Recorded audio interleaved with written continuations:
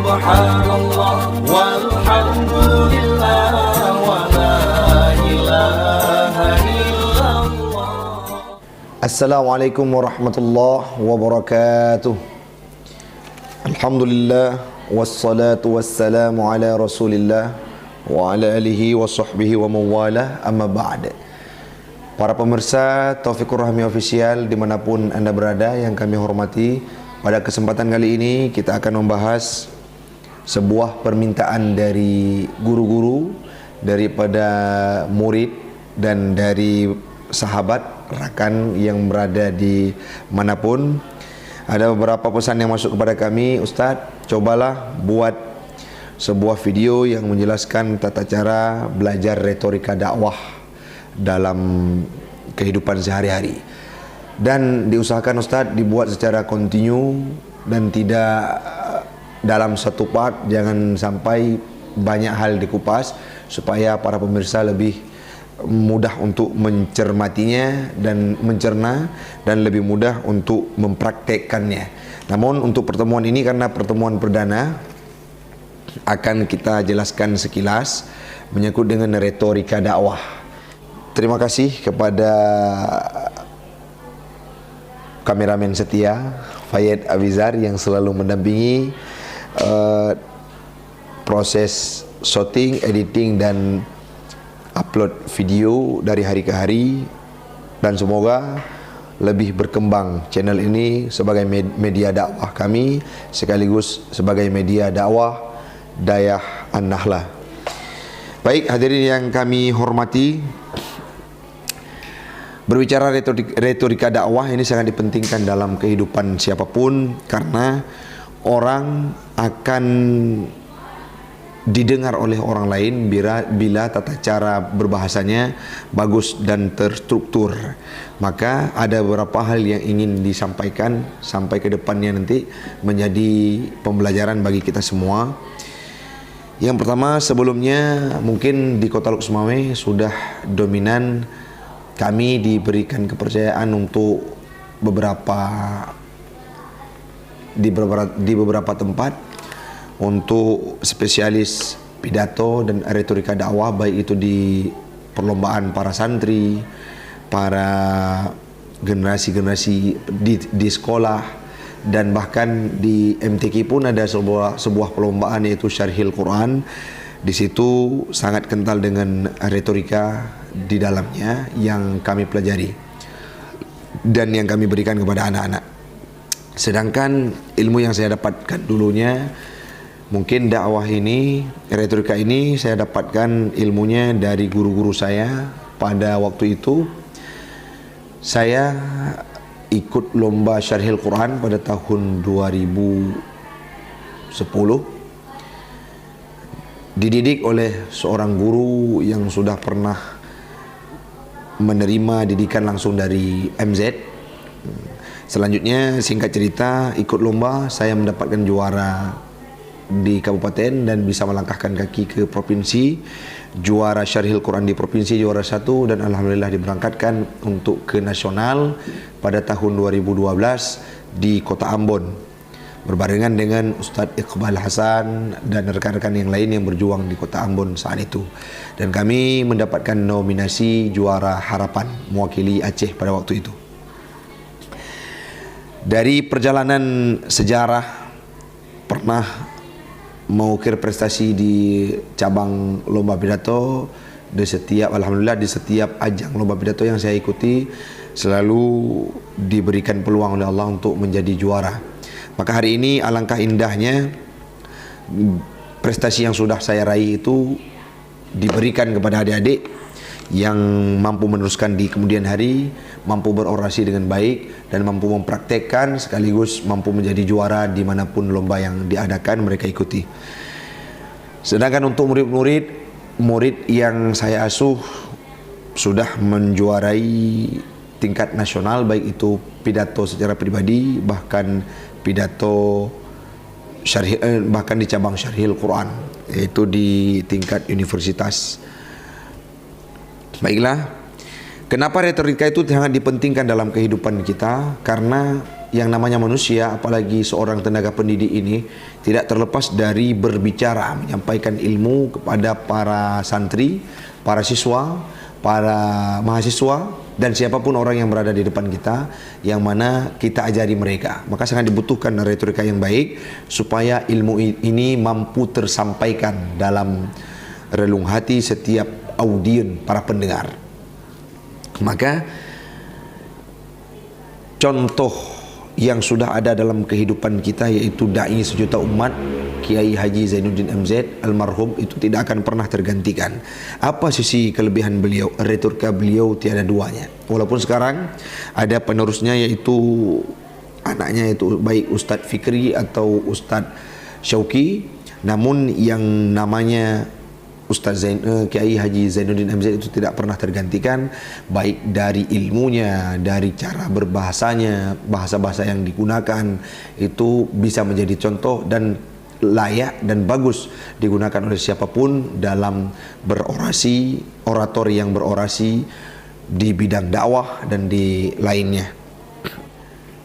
Saat seseorang itu diberikan mikrofon yang tadinya bisa berbicara dengan leluasa, tapi setelah diberikan mikrofon itu gaya bahasanya, apa yang akan disampaikan hilang. Kenapa? Yang pertama faktor mental yang tidak sering dilatih. Semua orang punya kemampuan, tidak hanya salah satu di antara kita yang mampu berorasi, cuma karena jarang dilatih dan rasa malu itu yang sangat besar, sehingga membuat seseorang tidak bisa untuk menyampaikan apa yang perlu untuk disampaikan. Kalau itu sudah bisa dikalahkan, sebagaimana yang kami terapkan pada santri-santri kami, kita biasakan mereka untuk berbicara di khalayak ramai, biasakan mereka untuk berlatih pidato di depan orang banyak, apalagi di setiap dayah, di setiap ma'had, di setiap pesantren itu pasti ada malam muhadarah. Disitulah uji kemampuan kita, uji nyali seorang santri untuk bisa berorasi di depan orang banyak. Artinya retorika ini akan muncul bila mental itu sudah hadir dalam kehidupan kita. Itu poin yang paling penting. Yang selanjutnya, saat diberikan mikrofon oleh siapapun ataupun diberikan mimbar oleh siapapun kepada seseorang, ada kalanya yang sebelumnya berbicara dalam dialek, berbicara dengan orang lain dalam hal biasa, retorikanya bagus. Artinya ada penekanan intonasi. Saat dia marah, maka dia raut wajahnya marah. Saat iramanya ingin membentak, ada ketegasan, dia tegas. Tapi itu terpraktekkan di alam nyata. Artinya saat sudah ingin kita tampilkan retorika ini dalam kita sendiri, dia berada di atas mimbar, kita tampilkan, saat itu pula para orator ini kadang-kala kalau tidak bisa memahami hal tersebut, maka akan hilang retorikanya. Kalau kita bayangkan ada seorang yang marah, itu pasti intonasinya naik. Kalau misalkan dalam ceramah kita, dalam orasi yang kita sampaikan, ada kalimat yang marah katakanlah, menjadi tekanan untuk kita sampaikan kepada orang lain, maka kita praktekkan sebagaimana yang dipraktekkan dalam alam nyata, dalam dialek yang sesungguhnya. Itu kalau bisa kita analisa hal seperti itu, akan mudah kita berorasi di hadapan orang ramai. Contoh, misalkan seseorang yang kurang membaca, maka kalimat yang dihasilkan adalah kalimat-kalimat yang monoton. Sedangkan orang-orang yang sering membaca artikel, membaca buku, membaca hal-hal yang bermakna, maka yang disampaikan kalimat-kalimat yang pernah ia baca.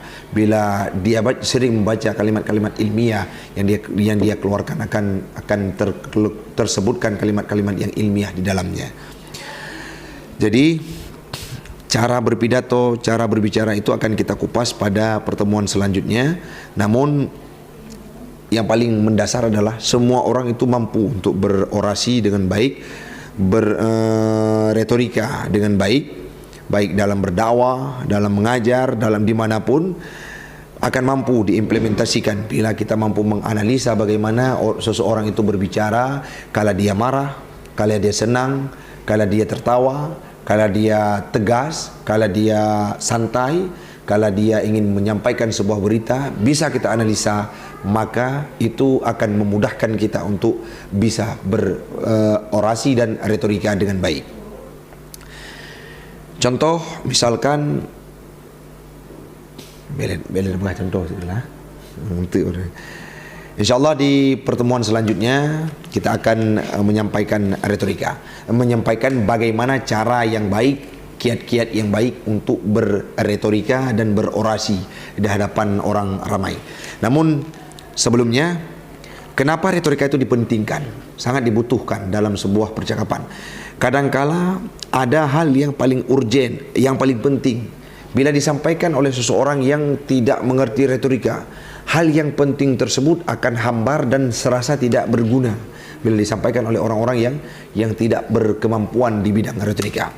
Begitu juga sebaliknya, orang yang pandai berretorika, orang yang pandai berorasi, mengatur bahasa, bisa menjadi orator yang sangat baik karena sudah belajar, maka dia akan mampu menyampaikan hal-hal yang kadangkala hal itu tidak bagus ataupun hal itu salah, tapi dia mampu menyampaikan sehingga membuat seseorang yakin.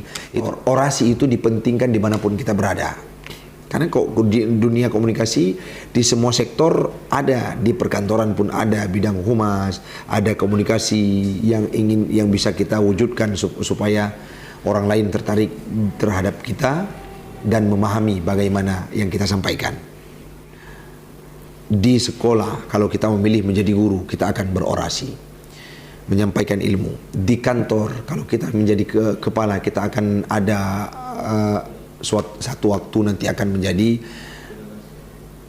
orang yang mengisi sepatah sambutan kata. Tapi kalau kita yang tidak punya latar belakang retorika yang baik, maka yang kita sampaikan tidak akan berguna. Malah tidak jarang kita temukan, malah sering ada beberapa orang-orang yang berada di atas sering terjebak dalam tekstual yang disampaikan tidak akan bermakna di khalayak ramai. Kita ingin memilih menjadi aktivis pun harus pandai berbicara. Kita memilih menjadi seorang guru pun akan menyampaikan bahasa. Kita memilih menjadi seorang dosen pun akan pandai, akan bagus menerangkan materinya, MK-nya, SKS-nya, kalau dia pandai berretorika dan berorasi dengan baik. Maka ilmu retorika ini, ilmu gaya bahasa ini, ilmu cara berbicara ini sangat penting dimanapun kita berada, karena manusia diberi mulut ya untuk berbicara, bukan untuk berdiam diri dan tidak mau berbicara. Semua masalah akan tertuntaskan dengan adanya musyawarah. Musyawarah itu dituntut dari kita untuk berbicara dengan baik. Kalau musyawarah yang dipimpin tanpa adanya retorika yang baik, maka akan menjadi sebuah malapetaka dalam kehidupan orang-orang yang ada di sekitarnya. Maka marilah di pertemuan ke depan ikuti channel kami akan membahas kiat-kiat bagaimana untuk belajar retorika yang baik itu menyusun naskah pidato, menyusun berbicara, gaya berpidato, cara berpidato, retorika dalam syarhil Quran, retorika dalam berpidato. InsyaAllah akan kita sampaikan di dalam pertemuan ke depan. Ikutilah channel kami selalu, Taufikur Rahmi Official. InsyaAllah akan kami tayangkan dalam seminggu minimal sekali untuk khusus pembelajaran retorika. Baik itu bagaimana cara kita memulai sebuah pidato, bagaimana kita menyusun bahannya, bagaimana apa saja yang perlu diperhatikan sampai ke isinya nanti, ke dalilnya, bagaimana penulisannya, bagaimana cara menyampaikan hal-hal yang faktual, pendekatan secara deduktif. Nanti akan kita sampaikan, kita kupas di channel yang mulia ini, yaitu channel Taufikur Rahmi Official. Mungkin untuk malam ini, untuk pertemuan kali ini cukup sekian yang kita sampaikan, yang intinya retorika dakwah itu sangat dipentingkan, apalagi bagi kita umat Islam, supaya dakwah kita tetap berjalan, bisa diterima, mudah diterima oleh siapapun, karena kita memiliki retorika yang indah, sehingga bahasa kita adalah bahasa yang menawan di telinga setiap para pemirsa. Jazakumullah khair. Hasbunallah Wallahul muwafiq ila aqwamit thariq. Assalamualaikum warahmatullahi wabarakatuh.